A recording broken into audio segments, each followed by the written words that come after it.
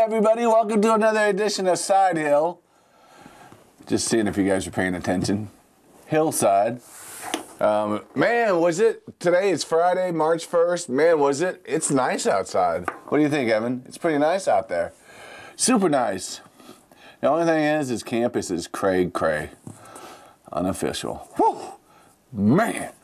I hope those kids out there are safe this weekend. You know, obviously, we want them to be safe in whatever activities they're in. And so, yeah, I'm going to be here for like 3 minutes. That's all I'm doing is just 3 minutes. No, just kidding.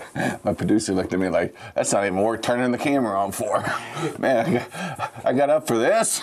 I woke up for this. So anyway, so I want to talk about a story that I kind of talked about on Wednesday night. I can't see myself. Hey, there we go. Hey, now I can see myself. I should probably look at the camera, right? Not look at the monitor, right? Look at the camera so I'm focused on you and not myself. So anyway, so I want to talk about a story of a guy named Joseph in the Bible. And Wednesday night I just kind of shared a little bit about how situations in our lives can really be kind of like a Joseph situation, you know. And for those of you out there who don't know who Joseph is, Joseph was the second youngest to 12 other brothers, and God gave him a dream one night when he was young, and the dream was that he pictured his brothers bowing down to him. And so being a young, enthusiastic little boy at the time, he runs and tells his brothers about his dream. Now, instead of being like, oh, that's kind of cool, that's a cool dream, they actually got enraged, got angry about it, got jealous about it. They're like, man, we're never gonna bow down to you. That's just nonsense. So they came up with a plan to get rid of Joseph. And so they sold him off to a traveling caravan, and they went and killed an animal and put blood all over his robe and went back home and told their father that a wild animal had killed Joseph.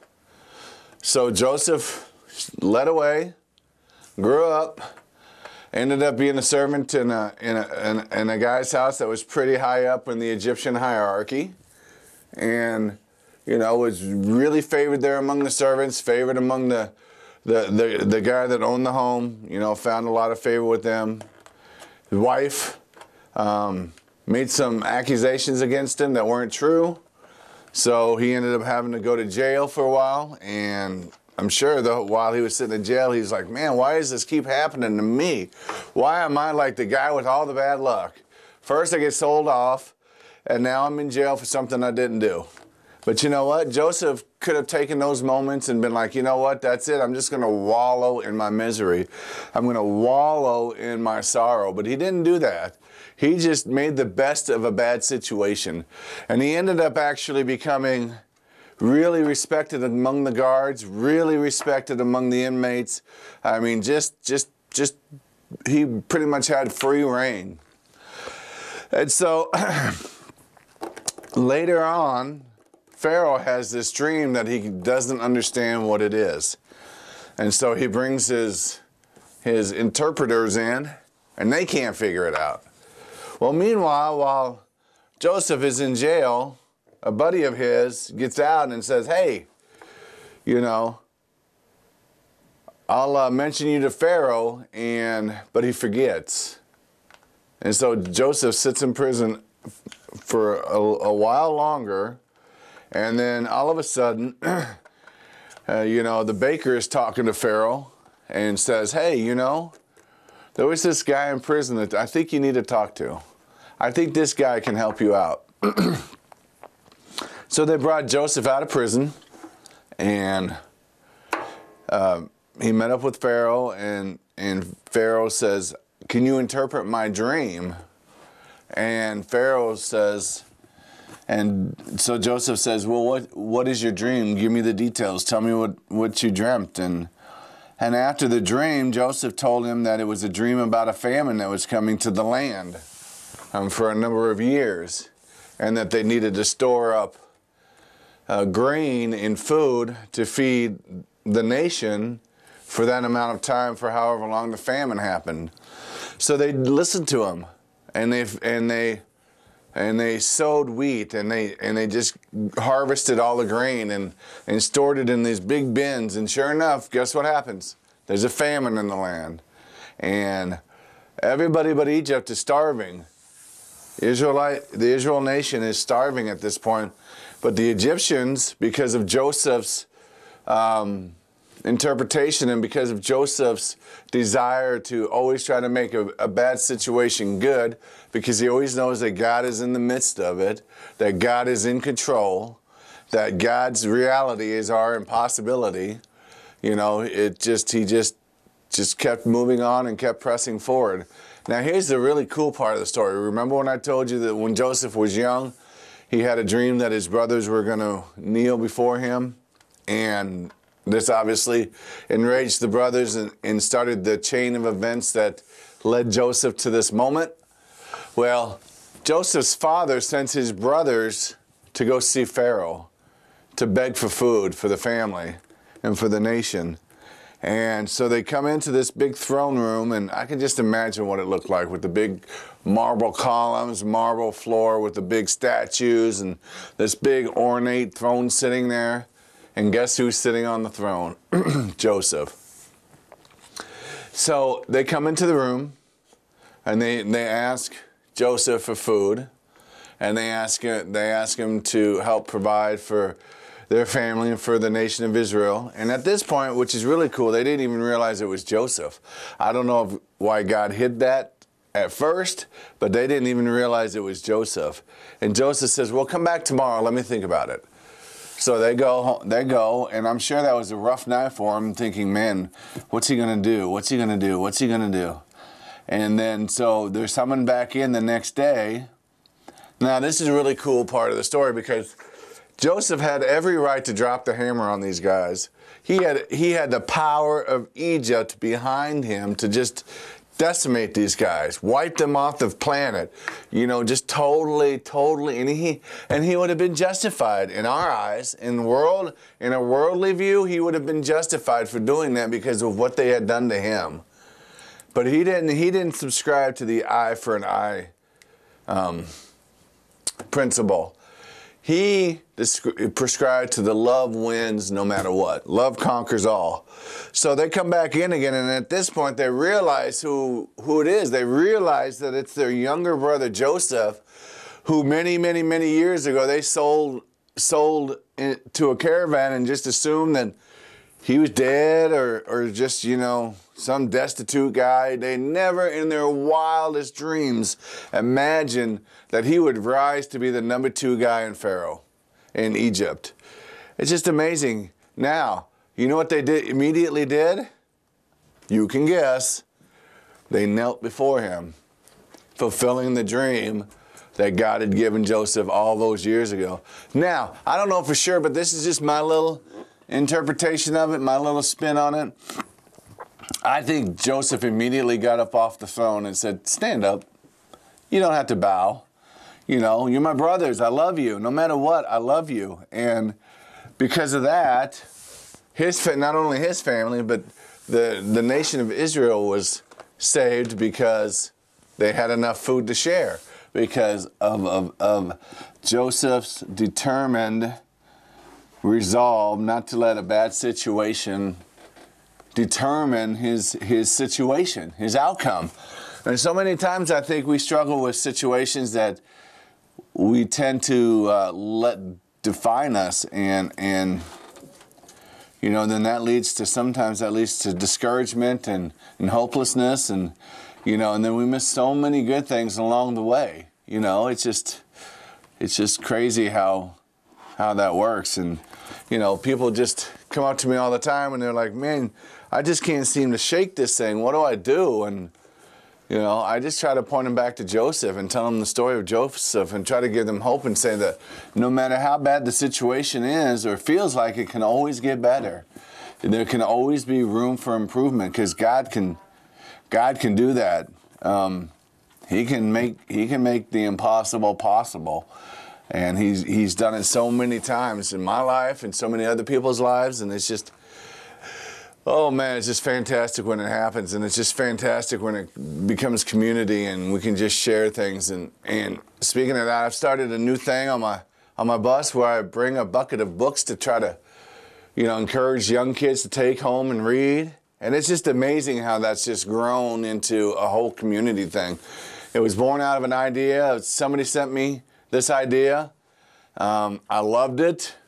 I went immediately and talked to others about it and got approval for it. Went out and bought a bucket and just put on there, hey, this is what I'm doing. I'd like to involve as many people as I can, and it's just crazy the outpouring of books that I've received to help bless these kids, and to help them, give them an opportunity to have an adventure. Reading a book really is like just living in an adventure,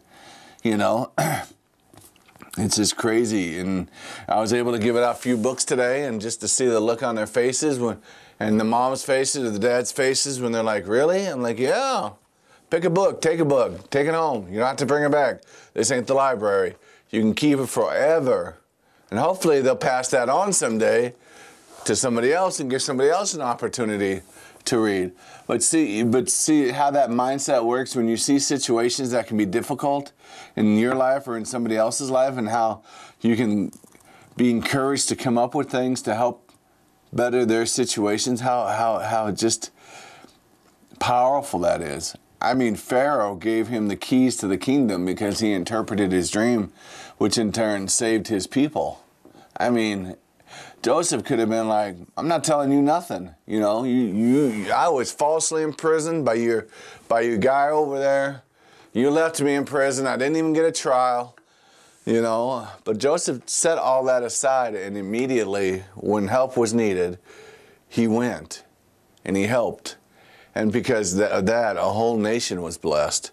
And people, we are still being blessed today because of that. It just doesn't end in Genesis.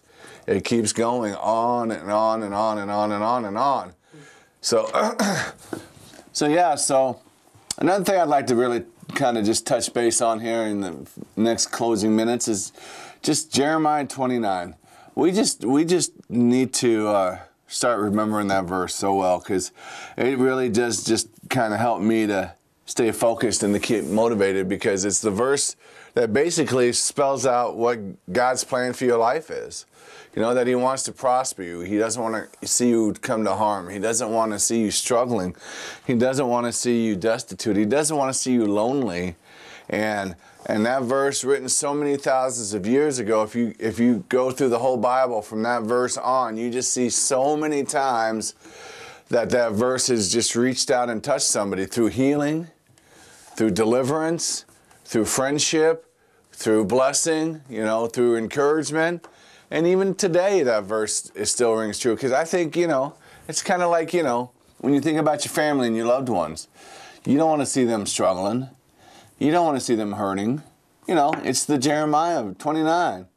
You want to see them prosper. You want to see them encouraged. You want to see them feel loved and strengthened. And that just is a perfect model in our own lives to live out that verse that was written so many thousands of years ago. And it's just, it's just great when I get to see it, when I get to be a part of it with somebody else, when we get to walk it together.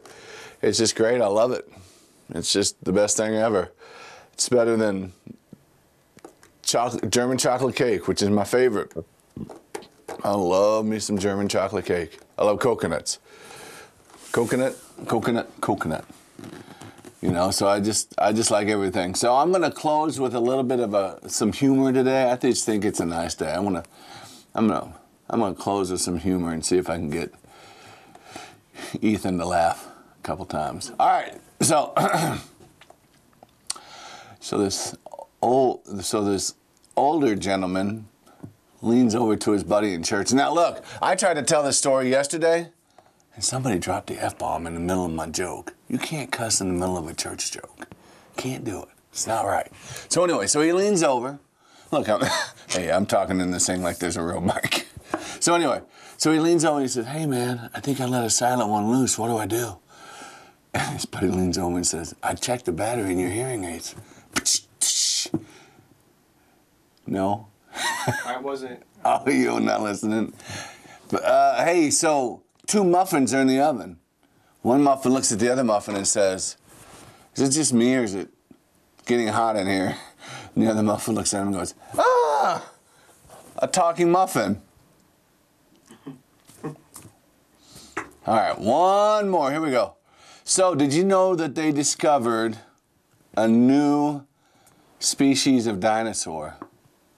Very exciting. All over the news, all over the internet. And of course, if it's on the internet, you know it's true. You gotta believe it, right? So, they discovered that it was so intelligent that they've decided to call it a thesaurus. I can't even get the lights to laugh at that one. So anyway, hey, yeah, just enjoy this weekend. I hope we don't get all that snow. You know, I hope I'm not sitting here talking to you on Sunday night after having to dig out 4 inches of snow. I'm tired of it. I'm ready for summer. I'm ready for spring, actually. I'm ready to get out in the garden and start working with my hands and helping my wife plant stuff and just waiting in anticipation for the flowers to come up and the vegetables to come up and just life. Be able to get the lawn chairs out and just sit down and enjoy the breeze. I love being outside. Outside life for me is just beautiful. I love it. And even in the winter, I like it. As long as it's sunny and the roads are dry, I'm okay. I don't really like the cold, but, you know, after 48 years of it, probably I'm a little used to it by now. Not the snow, though. I hate snow. I'm ready for summer. I'm ready for 90 degrees. I'm probably the only guy that could live full-time on the equator. I know it's like 1,000 degrees there, but you know what? You don't. There's one thing about humidity that I like. You know what that is? You don't have to shovel humidity. All right. Anyway, so hey, have a great weekend, guys. Have a great week. We'll see you again next Friday.